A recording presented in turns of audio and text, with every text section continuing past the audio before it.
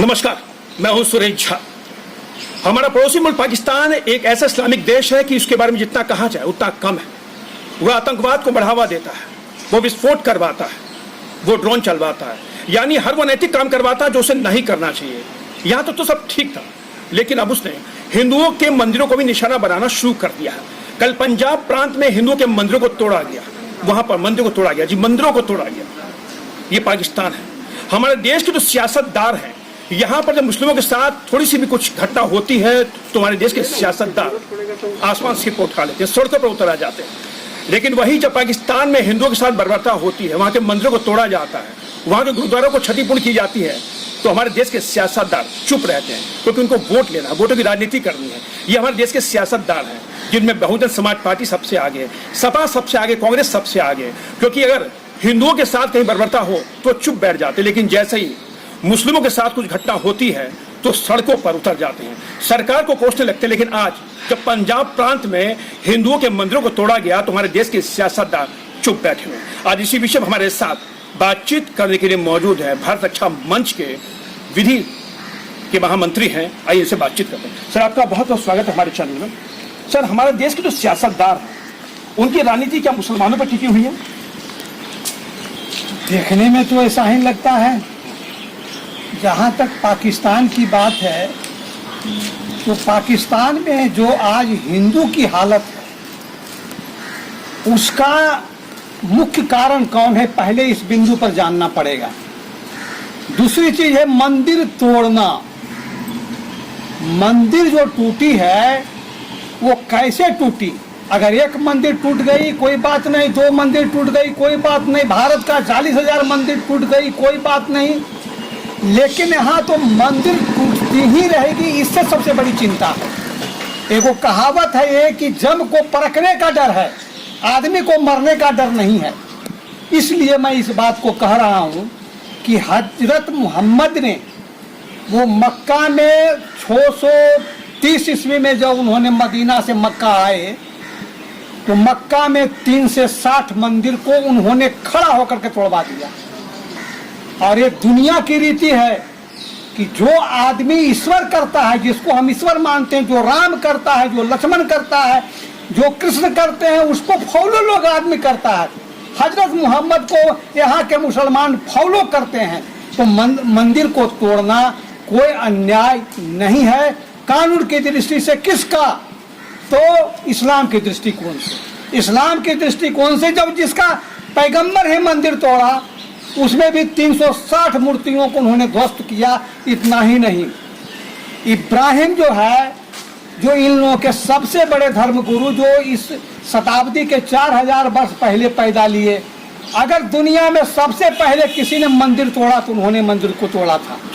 उनके पिताजी मूर्ति का व्यवसाय करते थे और वो उसका ही विरोध करते थे। एक दिन क्या हुआ, इनकी मन में आया किस मूर्ति, पिताजी गए कहीं मूर्ति को लेके बेचने, इन्होंने जो बाकी बची मूर्तियां थी उसको तोड़ दिया। पिताजी आए तो गुस्सा करने लगे, भाई मंदिर किसने तोड़ दिया? इब्राहिम बोले मैं तोड़ दिया। काहे तोड़ दिया? तो अगर लोग इसको पूछता है, अगर इसमें शक्ति है तो अपना हाथ तोड़वा दो, अपना गोड़ तोड़वा दो, गोड़ तोड़ ले। ये कोई तर्क हुआ? आप तो अगर कोई बुद्धिमान आदमी होता तो उन्हीं से पूछता कि अगर मैं आपका हाथ गोड़ तोड़ देता हूँ, काट देता हूँ, आप जोड़ लीजिएगा। लेकिन किसी ने इस तर्क को उस समय पूछने वाला नहीं था। इसलिए मंदिर तोड़ने की प्रवृत्ति ये आज की नहीं है। मंदिर तोड़ने की प्रवृत्ति 6000 वर्ष पुराना है, 1400 वर्ष पुराना है। और भारत का 40,000 मंदिर उसी परिप्रेक्ष्य में तोड़ी गई है। अवधेश जी, चलिए मंदिर तोड़ा जाता है, आपने कहा कि 6000 वर्ष पुराना ये इनका रीति रिवाज चला आ रहा है। लेकिन हमारा देश के जो सियासतदार हैं, मैं उनके बारे में पूछना चाहता हूँ कि जो पाकिस्तान में हिंदुओं के मंदिरों को तोड़ा जाता है, वहाँ के हिंदुओं की बेटियों के साथ जो बर्बरता की जाती है, उनको भगाया जाता है, उनकी धर्म परिवर्तन करवाया जाता है, तो हमारे देश के सियासतदार जो हैं, चाहे कांग्रेस कह लें, सपा कह लें, बीएसपी कह लें, इनकी राजनीति जब मुसलमानों पर ही चलती है। देखिए, अगर इस प्रश्न का उत्तर जानना चाहिएगा तो 1947 में जाना पड़ेगा। 1947 में जिस समय महात्मा गांधी बच रहे थे और डॉक्टर अंबेडकर ने कहा था 1940 में ही पाकिस्तान और भारत के विभाजन एक पुस्तक लिखे थे जिसमें उन्होंने कहा था कि अगर भारत का विभाजन धर्म के आधार पर हो तो धार्मिक रूप से दोनों देश अलग अलग हो जाना चाहिए, धर्म के दृष्टिकोण से, मतलब समझिए आप। लेकिन उन्होंने तो नेहरू वैसा गांधी जी होने नहीं दिए। गांधी जी तो यहाँ तक कहना था कि जो पाकिस्तान मुसलमान चले गए उसको भी भारत बुलाओ। और जवाहरलाल नेहरू ने उस समय के यूपी के मुख्यमंत्री थे, ये सब कागजात सरकारी कागजात है, वहाँ के यूपी के प्रथम मुख्यमंत्री थे, उन्होंने लेटर लिखा कि ऐसा आप प्रयास कीजिए कि यहाँ से एक भी मुसलमान पाकिस्तान न जाए। तो मैं तो कहता हूँ कि सारी बुनियाद तो जवाहरलाल नेहरू और गांधी ने रोक दिया। अगर आप सोच लीजिए एक दुनिया में 215 देश है, 57 देश इस्लामिक है, 125 देश ईसाई का है, और हिंदू का कहाँ देश है? 100 अरब है हिंदू। एक भी देश नहीं रहने दिया गांधी और नेहरू ने। लेकिन सर, गांधी और नेहरू ने एक देश भी नहीं रहने दिया। हमारे देश के सियासतदार वो चुप क्यों रहते हैं? क्या ये चुप्पी उनकी क्या कहने को लेकर? क्या देश ये सब देख नहीं रहा है? सब कुछ देख रहा है, लेकिन तो ये देख जो अपने आप ने उत्तर तो आप ही ने दे दिया। वोट की राजनीति यहाँ है। यहाँ तो एक भारतीय जनता पार्टी जो अभी सत्ता में है, जिन्होंने पाकिस्तान के दूतावास से मंगाया उन्होंने आदमी को, उन्होंने शिकायत की और इसका परिणाम भी देखने को मिला कि वहाँ के सुप्रीम कोर्ट ने सो मोटो लिया और आदेश भी पारित किया है वहाँ का। लेकिन यह एक खिलावा है, यह एक दिखावा है, इससे कोई बहुत बड़ी बात। आज के 2 महीना पहले भी वहाँ एक मंदिर में आग लगा दी गई थी, अथोड़ा गया था, उस समय भी सुप्रीम कोर्ट सो मोटो लिया था। सर, अब लेकिन हुआ क्या? है जो ये हमारे देश के, इनके लिए क्या कहेंगे आप? इनकी चुप्पी जो है कहीं ना कहीं देश के लिए खतरनाक नहीं है? अरे इनकी चुप्पी तो हिंदू न होने दे तब ना। हिंदू इस चीज को अगर जान जाए 100 करोड़ हिंदू है, अगर 20 करोड़ मुसलमान है, तब क्यों हिंदू नहीं एक होता है? एक हिंदू हो जाए, अब वोट नहीं दे उसको, कहाँ जाएगा उसकी राजनीति? उसकी राजनीति जीरो हो जाएगी। लेकिन हिंदू ऐसा, हिंदू ही का दुश्मन है। अगर हिंदू धर्म का कोई ज्यादा दुश्मन है तो हिंदू उसका दुश्मन है। चलिए सर, आपका बहुत बहुत धन्यवाद।